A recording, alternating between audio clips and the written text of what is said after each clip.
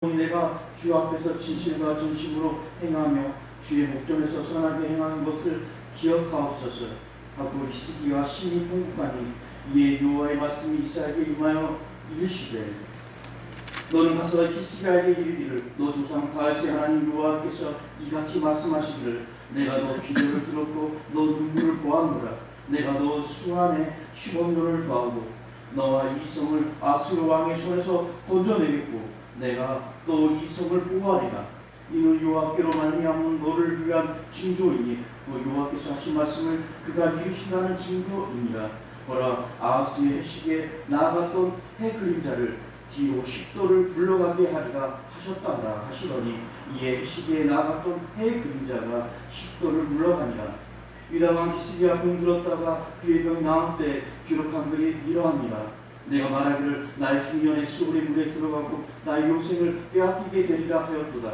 내가 또 말하기를 내가 다시는 여호와를 배웁지 못하니 산자의 땅에서 다시는 여호와를 배웁지 못하겠고 내가 세상의 도민 중에서 한 사람도 다시는 보지 못하리라 하였도다. 나의 도처는 목자의 장막을 거둠같이 나를 떠나 옮겨졌고 쥐꼬리 배를 걷어 마름같이 내가 내 생명을 말았도다. 주께서 나를 틀에서 끊으시리니 조석관에 나를 끊으시리라. 내가 아침까지 견디었사오나 주께서 사자같이 나의 모든 뼈를 꺾고 씌우오니 조석관에 나를 끝내시리라. 나는 제비같이 밭같이 시적이며 비둘같이 습히 울며 내 눈이 새하도록 악마하나이다. 여호와여 내가 압제를 받았사오니 나의 중보가 되옵소서. 주께서 내게 말씀하시고 또 친히 이루셨사오니 내가 무슨 말씀을 하오리까. 내 영혼의 고통으로 말미암아 내가 종신토록 방황하리이다. 주여 사람이 사는 것이 이에 있고 내 심령의 생명도 온전히 거기에 있사오니 원하건대 나를 치료하시며 나를 살펴주옵소서. 보소서 내게 큰 고통을 더하신 것은 내게 평안을 주로 하시리라. 주께서 내 영혼을 사랑하사 멸망의 구렁이에서 던지셨고 내 모든 죄를 주의 등 뒤에서 던지셨나이다. 수월이 주께 감사하지 못하며 사망이 주를 찬양하지 못하며 구덩 위에 들어간 자가 주의 신실을 바라지 못하되 오직 산자 그 산자는 오늘 내가 하는 것 같이 주께 감사하며 주의 신실을 아버지가 그 자녀에게 알게 하리라. 여호와께서 나를 구원하시리니 우리가 종신토록 여호와의 전에서 수금으로 나의 노래를 노래하리로다. 이사야가 이르기를 한 뭉치 무화과를 가져다가 종초에 붙이면 왕이 나으리라 하였고 히스기야도 말하기를 내가 여호와의 전에 올라갈 줄주가 무엇이냐 하였더라. 아멘. 기도드립니다. 고마우신 하나님 감사드립니다. 거룩하고 복된 주일 저희들을 보내주셔서 하나님 앞에 예배하게 하시니 감사드립니다. 영과 진리로 드려지는 예배 되게 하여 주시옵소서. 하나님이 흠양하시는 귀한 예배 올려드릴 수 있도록 인도해 주시옵소서. 오늘도 이 종을 단위에 세워주셨사오니 하나님이 맡겨주신 귀한 사명 감당해 나갈 수 있도록 인도해 주시옵소서. 예수님 이름으로 기도드립니다. 아멘. 아멘. 사랑하는 성도 여러분, 오늘도 주일 예배에 하나님께 예배드리러 오신 성도님들을 축복합니다. 오늘 말씀은 죽음 앞에서 라는 제목으로 은혜를 나누려고 합니다. 아프리카의 선교사이자 탐험가인 리빙스턴이 있었습니다. 그는 검은 대륙 아프리카에 자신의 전 생애와 기도와 정열로 모든 것을 쏟아 바쳤습니다. 특히 리빙스턴은 자신의 생명까지도 그곳에 바쳤습니다.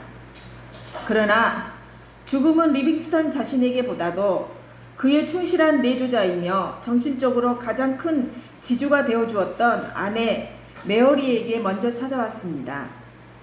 리빙스턴 부인 메어리가 하늘의 부르심을 받은 것은 1862년 4월 27일의 일이었습니다.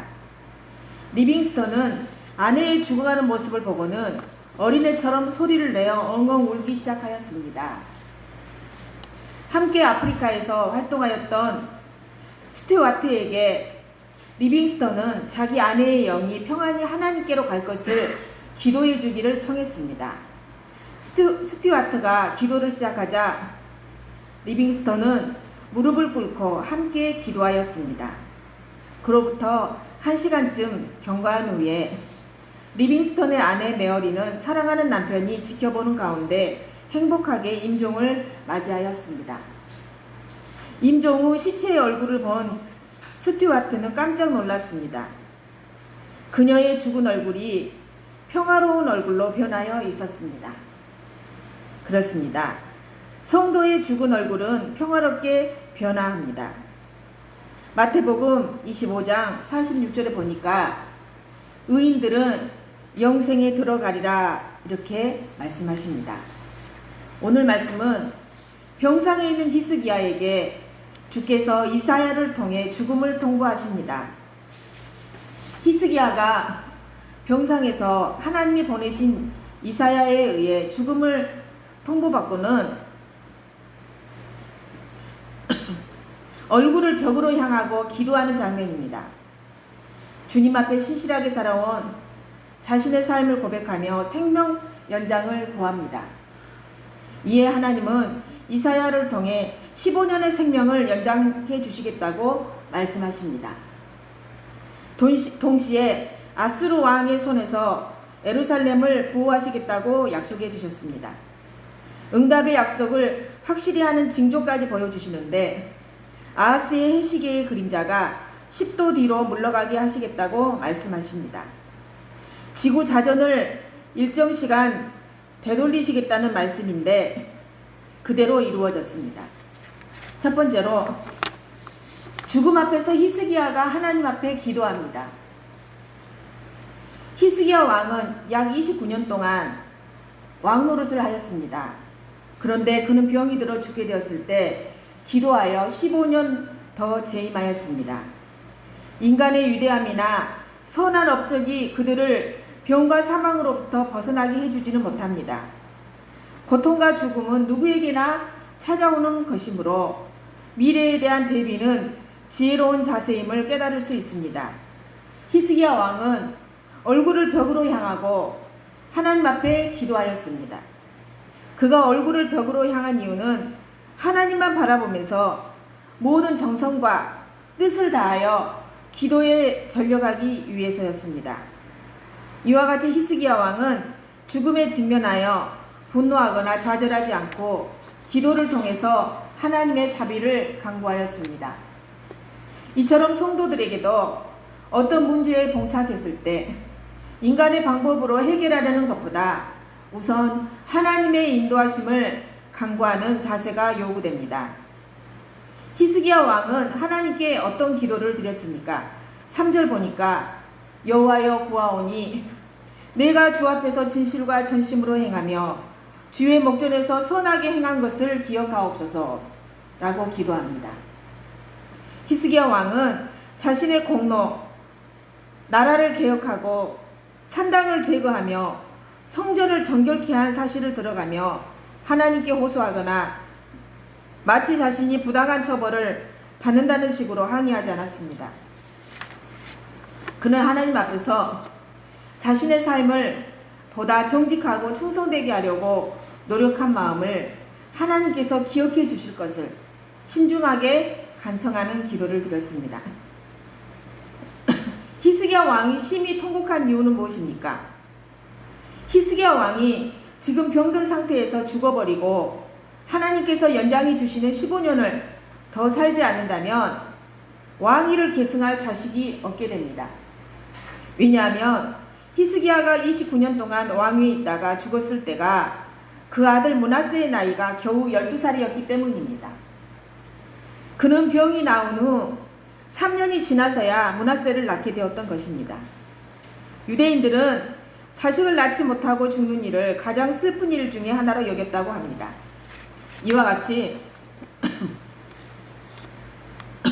자식이 없는 것은 개인적으로 자신의 가계를 잇는 혈통이 끊어지는 것일 뿐만 아니라 동시에 하나님의 나라를 맡아서 다스릴 지도자가 없어진다는 것 역시 하나님께서 원치 않으시는 일이기 때문에 그는 슬피 울었던 것입니다. 사랑하는 성도 여러분, 히스기야는 병들어 죽게 되자 그 죽음 앞에서 간절히 기도하는 신실한 히스기야 왕을 발견하게 됩니다. 히스기야라는 한 인물을 통해 오늘을 살아가는 모든 신앙인들이 어려움에 처해 있을 경우 하나님 하나님 앞으로 더 가까이 나아갈 것을 말씀하고 있습니다. 그리고 육신의 병에 매인 자들의 마음에 하나님께 대한 믿음과 소망을 불어넣어 주고 있습니다. 두 번째로 4절에서 6절 말씀을 보니 15년의 삶을 더해주시는 하나님입니다. 여호와의 말씀이 이사야에게 임합니다. 5절에서 6절 말씀 보십시오. 너는 가서 히스기야에게 이르기를 내 조상 다윗의 하나님 여호와께서 이같이 말씀하시기를 내가 내 기도를 들었고 내 눈물을 보았노라. 내가 내 수완에 15년을 더하고 너와 이 성을 아수르 왕의 손에서 건져내겠고 내가 또 이 성을 보호하리라. 이렇게 말씀하십니다. 하나님은 어떤 분이십니까? 하나님께서는 인간과 맺으신 약속을 철저히 이행하고 인간의 필요를 채워주실 뿐만 아니라 놀라운 은혜로서 우리와 관계를 맺으십니다. 하나님은 우리의 고통과 슬픔을 너무나 잘 알고 계십니다. 잘 아실 뿐만 아니라 그 눈물의 원인을 해결해 주시는 분이십니다. 그리고 하나님은 내가 내 기도를 들었다 이렇게 말씀하십니다. 곧 하나님이 우리의 호소와 간구에 관심을 가지십니다. 뿐만 아니라 하나님은 우리의 수명을 더할 수 있는 분이십니다. 살리는 분도 하나님이시고 데리고 가신 분도 하나님이십니다. 하나님은 생명의 주인이십니다. 하나님은 우리에게 소망을 주시는 분이십니다. 하나님은 히스기야에게 내 수완에 15년을 더한다 라고 말씀하시므로 삶에 대한 새로운 소망을 갖게 했습니다. 하나님께서 히스기야 왕의 기도를 들으셨을 뿐만 아니라 그가 흘리는 눈물을 보았다는 것은 히스기야의 기도의 내용이 어떠했으며 그의 기도의 태도가 얼마나 간절한 모습으로 나타나는가를 잘 보여줍니다. 그 기도의 세 가지 응답은 15년을 더 살 수 있는 생명 연장의 축복과 아수르의 유업에서 완전히 벗어나 평안한 삶을 누리는 축복과 예루살렘 성이 보존되리라는 축복입니다. 이와 같이 히스기야는 간절한 기도를 통하여 하나님의 응답을 받았고 이때 받은 세 가지 응답은 그의 남은 생애 동안 모두 이루어졌습니다. 이러한 사실을 통해 우리들은 세상 사람들과 달리 성도에게 있어서 문제 해결에 올리는 하나님께 대한 기도라는 것을 다시 한번 깨닫게 됩니다. 자, 따라합시다. 기도 외에 다른 것으로는 이런 종류가 나갈 수 없느니라. 그렇습니다. 히스기야가 간절히 기도하자 하나님께서 병을 고쳐주시고 생명까지 연장해 주셨습니다. 기도 외에 다른 것으로는 이런 종류가 나갈 수 없습니다. 세 번째로 응답의 징조를 주시는 하나님입니다.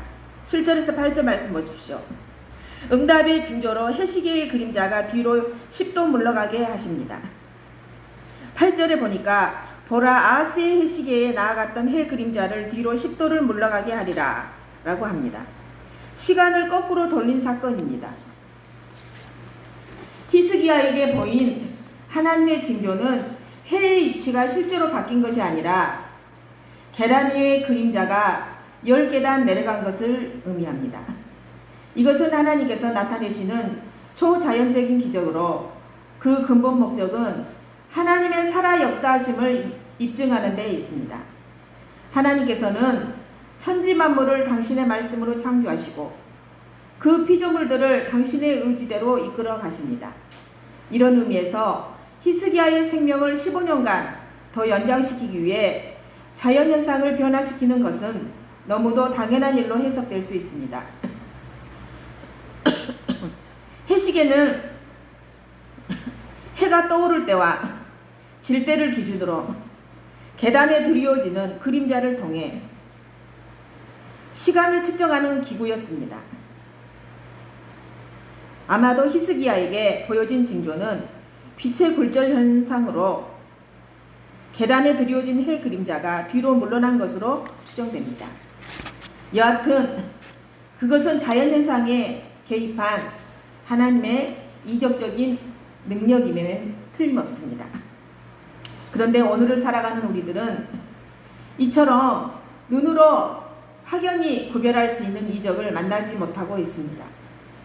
그러나 성도들은 십자가에서 달리신 예수 그리스도의 모습이 가장 확실한 최고의 징조이자 하나님께서 우리에게 주신 영원한 표적임을 믿고 더욱 확신에 찬 믿음을 가질 수 있습니다.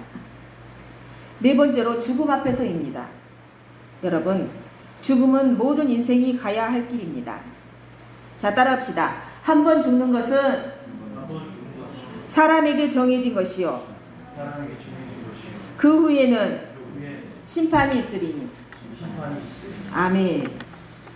이 땅의 삶을 정리하는 것은 결코 쉬운 일이 아닙니다. 그렇다면 죽음 앞에 섰을 때 성도가 가져야 될 자세는 무엇일까요? 9절에서 22절을 보면 유다왕 히스기야가 병들었다가 그의 병이 나은 때에 기록한 글입니다. 먼저 정직하십시오. 죽음 앞에 섰을 때 누구나 두려움을 느낍니다. 더 살고 싶은 마음이 들기도 합니다.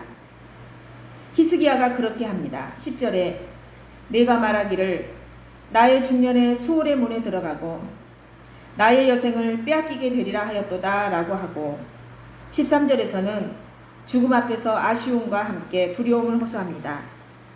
내가 아침까지 견디었사오나 주께서 사자같이 나의 모든 뼈를 꺾으시오니 조속간에 나를 끝내시리라. 무례하거나 경거망동해서는 안 되겠지만 이렇게 정직한 것은 참 소중한 일입니다.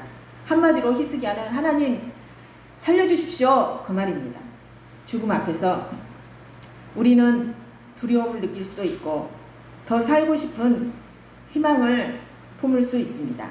히스기야는 매우 정직하였습니다. 그리고 간구하십시오. 16절 말미에 오나건대 나를 치료하시며 나를 살려주옵소서 이렇게 간구합니다. 히스기야가 생명의 연장을 간구합니다. 그것이 정직한 소망이었고 또한 전능하신 하나님을 믿었기 때문입니다.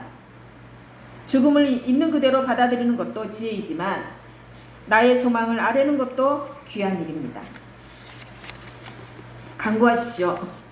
하나님의 도우심은 죽음 앞에서도 유효합니다.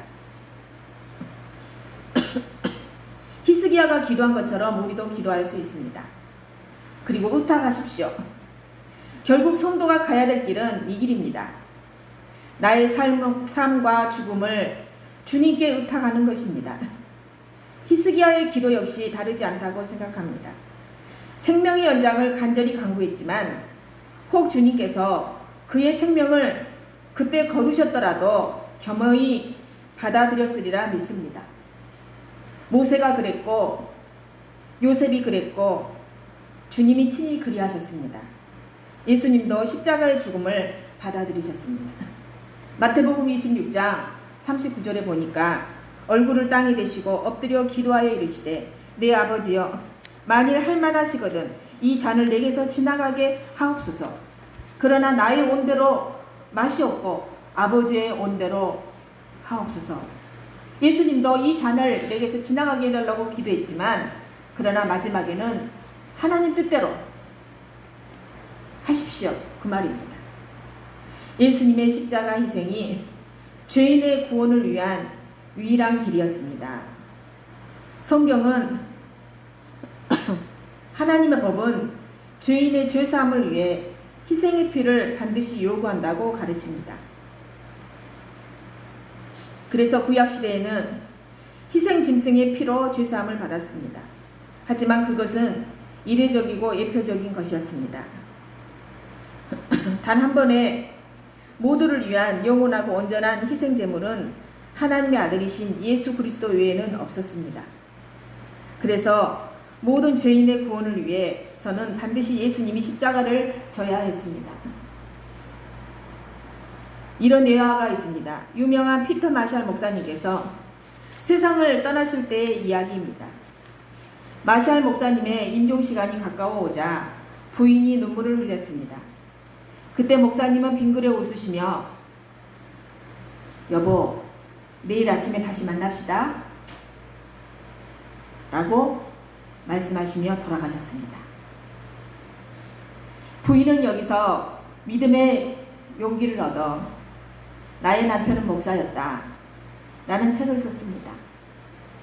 그 책이 베스트셀러가 되었고 그녀는 계속 글을 써서 여러 권의 책을 내어 미국의 베스트셀러 작가로 유명해졌습니다. 그녀는 책을 쓰게 된 동기를 다음과 같이 말했습니다. 그녀는 남편이 세상을 떠나는 바로 그 순간에 하늘나라를 확실히 알게 되었고 거기서 받은 영감과 감격이 그녀로 하여금 글을 쓰게 만들었다는 것입니다.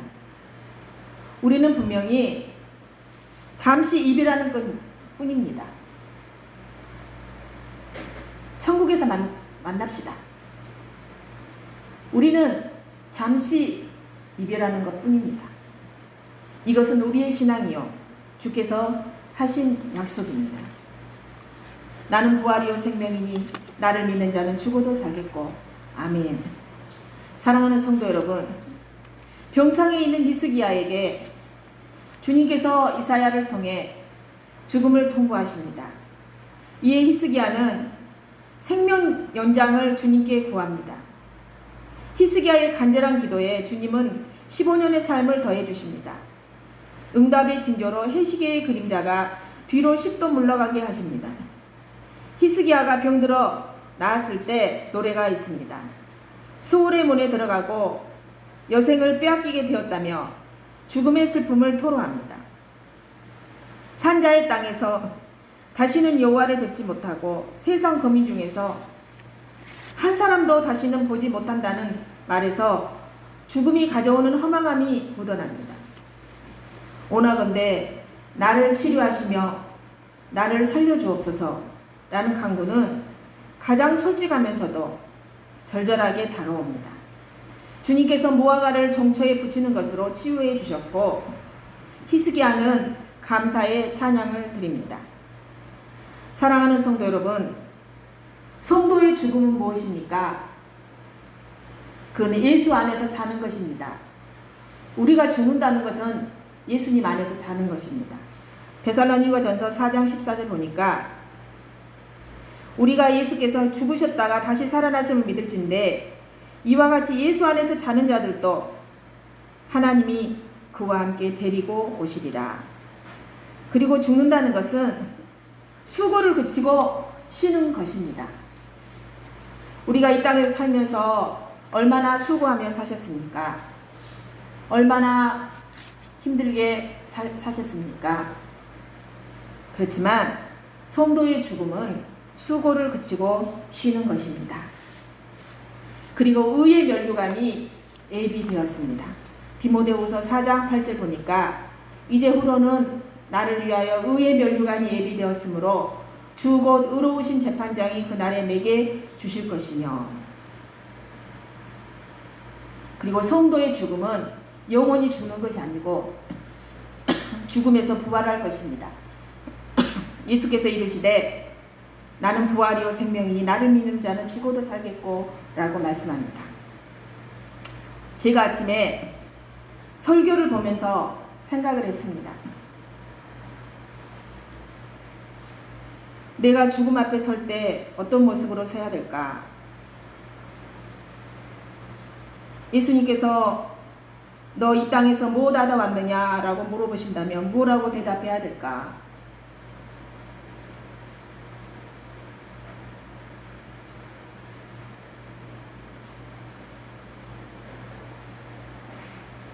나는 큰 교회를 하겠다는 것도 아니고 비록 작은 교회이지만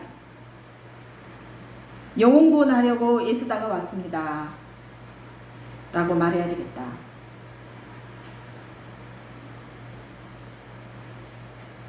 이렇게 예수님 앞에 말하고 칭찬받는 사람이 되어야겠다 라는 생각이 들었습니다. 기도드리겠습니다. 하나님 아버지 감사드립니다. 귀한 말씀 주셔서 감사드립니다. 우리가 죽음 앞에서 설 때에, 우리가 예수님을 만날 때에 너는 뭐 하다가 이 세상에서 왔느냐라고 물어보면 정말로 하나님의 영광을 위하여 하나님의 뜻을 이루어드리다가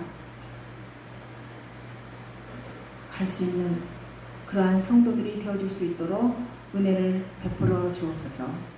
예수님 이름으로 기도드립니다. 아멘. 찬송가 472장 찬송드립니다.